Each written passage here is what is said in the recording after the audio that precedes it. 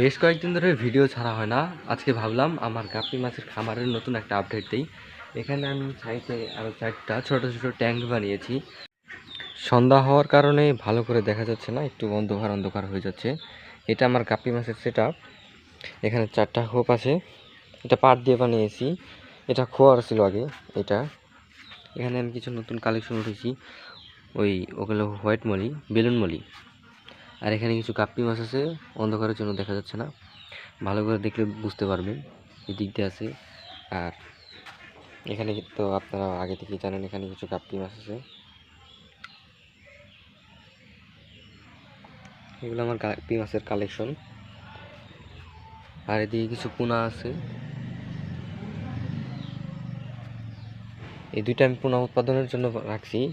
এখানে লোড হইলে সবগুলো এখানে রাখি আমি। ওইখানে কিছু গাপ্পি মাছের কালেকশন আছে মিডিয়াম সাইজের। তো আপনাদের যাদের লাগবে তারা এখান থেকে আমাদের কাছ থেকে নিতে পারেন। এগুলো সবগুলো বিক্রি করে দেওয়া হবে। এখানে প্রচুর আছে, তো ক্যামেরা ভালো করে দেখা যাচ্ছে না। আর ওই দুইটায় কী কী মাছ উঠেলে ভালো হয় আপনারা অবশ্যই কমেন্টে বলে যাবেন। তো এই ছিল আজকের আপডেট। দেখা হবে পরবর্তী ভিডিওতে। সে পর্যন্ত আল্লাহ হাফেজ।